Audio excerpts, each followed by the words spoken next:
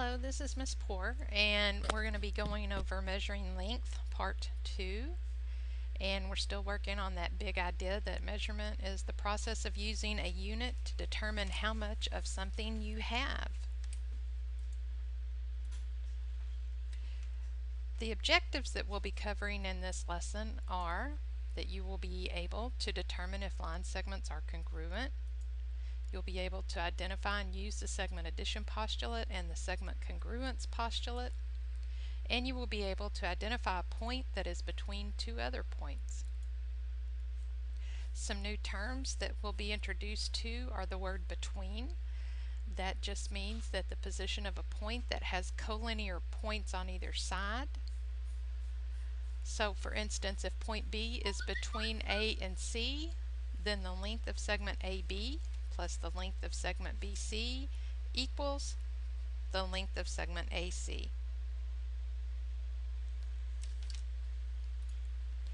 Congruent line segments. These are line segments that have equal length. And then the length of a line segment. That's the distance between the segment's endpoints. First, we're going to talk about the segment addition postulate. This postulate states that if B is between A and C, and those are points, then AB plus BC equals AC. So if you look at my pointer on the screen, this length from A to B plus the length from B to C, if I add those together, it's going to equal AC. And just the opposite is true as well, that if AB plus BC equals AC, then AB and C are collinear, then B is between A and C. We'll also be discussing the segment congruence postulate, which says if two segments have the same length as measured by a fair ruler, then the segments are congruent. Also, if two segments are congruent, then they have the same length as measured by a fair ruler. So we have AC, which is 7 inches, and we have segment XY, which is also 7 inches. Therefore, we know that the measure of AB equals the measure of XY. We can also say that segment AB is congruent to segment XY. So you need to remember that measures are always equal and figures are always congruent. So right here, where it says the measure of AB equals the measure of XY, we're talking about the actual measure, which is 7 inches. Down here where we have the bar over AB, that segment AB is congruent to segment XY, there we're saying that those two segments have equal measure. So remember, measures are always equal and figures are always congruent. Here we're going to look at segment EF and segment NM on the number line. On this number line, we can tell that the distance from E to F, which is 5 minus 1, is going to be 4. And you could also count it out, 1, 2, 3, 4. We also see that the measure of segment NM is also 4. 8 minus 4, or we could go 1, 2, 3, 4. So we know that the measure of EF equals the measure of NM. So see right here, we're talking about the actual measure. We know that EF is 4 units and NM is 4 units. But we can also say that segment EF is congruent to segment NM. In other words, they have the same measure. But we might not know what that measure is, we just know it's the same. Congruent line segments are line segments that have equal length, and they do not have to lie on the same line as in this previous example. See where EF and NM lie on the same line. In these figures, the red tick marks show that segment AB is congruent to BC. And it also shows, these two tick marks over here show that the segment EF is congruent to GH. And notice those segments do not lie on the same line, but we still know they're congruent. Now let's look at some of these examples. The first thing I want to tell you is to always pay attention to what your instructions say. You never make assumptions about figures. You can only use information that has been explicitly given or marked. And we're going to be using the segment addition postulate in these examples. Let me get my pen. Okay, right here, part A is telling us that the measure from H to P is going to be 15, and the measure from Q to H is 44. They want us to find what the measure of QP is.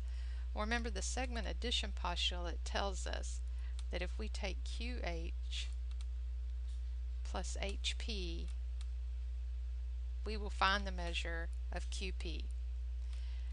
You always need to do this step right here,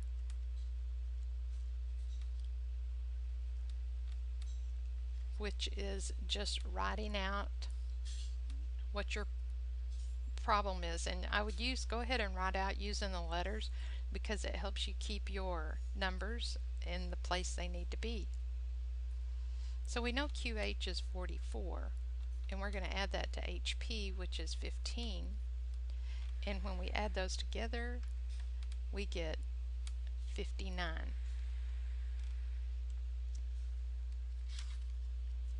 I'm checking my math right quick.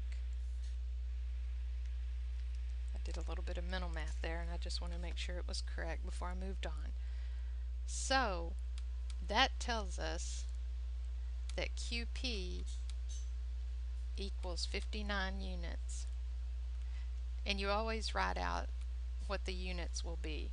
A lot of times they'll tell you if it's feet or inches or centimeters or meters, but since they didn't, we always just add the word units.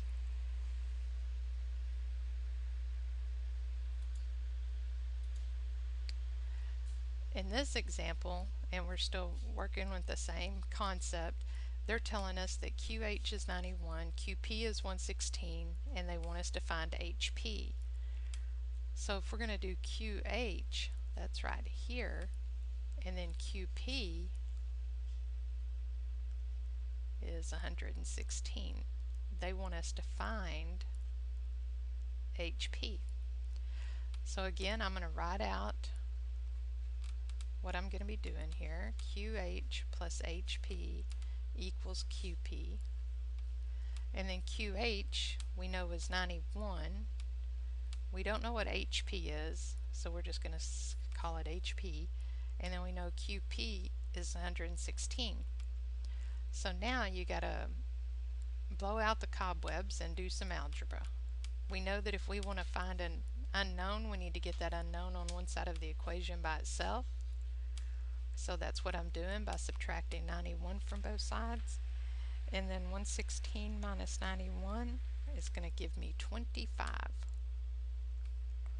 So HP equals 25 units.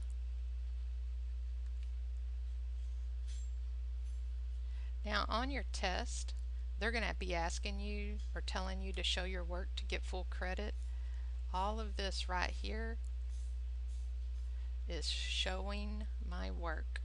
And what it means is that you're showing me how you got your answer, or what I did here was showed you how to get the answer.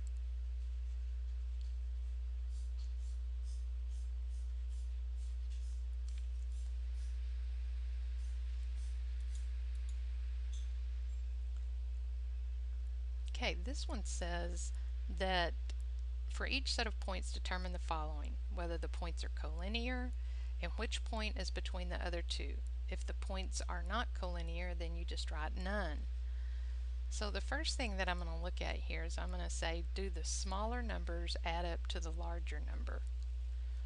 Well, 21 is the larger number, so if I say 13 plus 8, and I put a question mark right there, does that equal 21? Well, 13 plus 8 is 21. That's a check mark. It didn't show up as a check mark. There we go. So yes, they do add up. So let's see if we can make this work. If I have segment RS,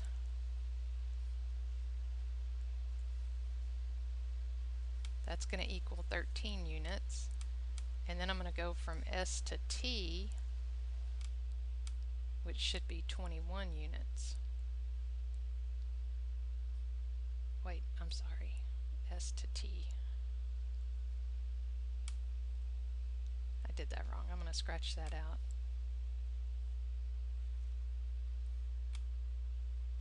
Well, that doesn't look right, does it? So I know that from S to T is the larger. So this is how you work problems like this. You're going, okay, let me see if I can work this out. So I'm going to go S to T, and there's R. I know the whole thing equals 21. S to R, or R to S, whichever way you want to say it, is 13 units, and from R to T is 8 units. So that works out fine.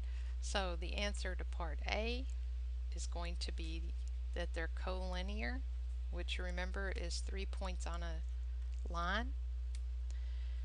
And then part B, point R is, and there's our new term, between S and T.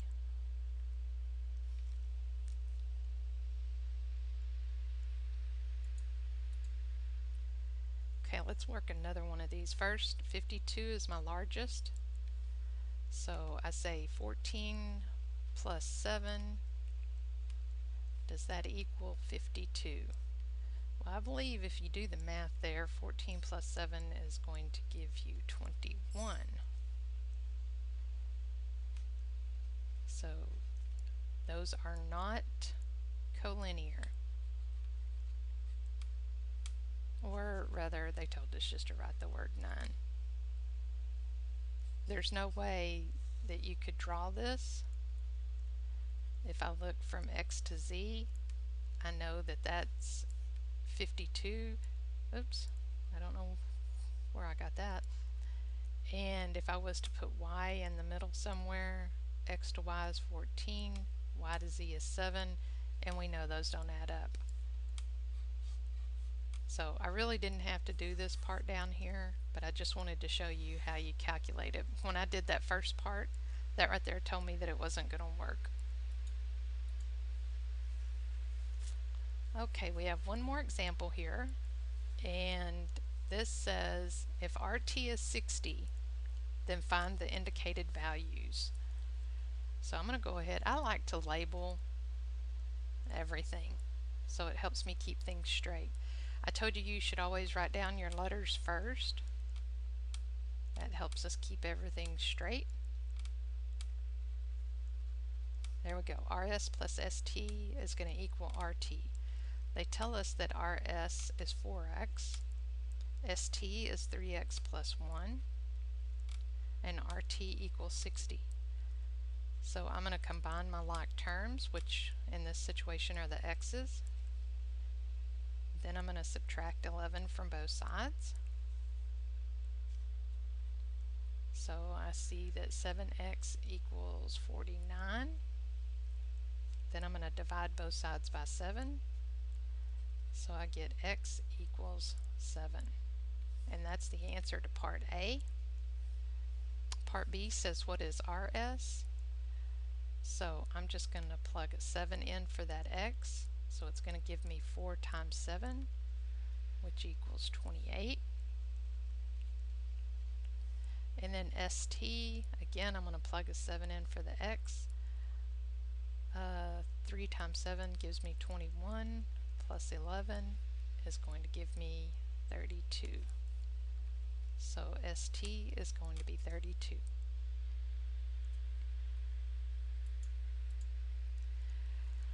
Alright, just a summary of what we talked about in this lesson. Line segments have the same measure,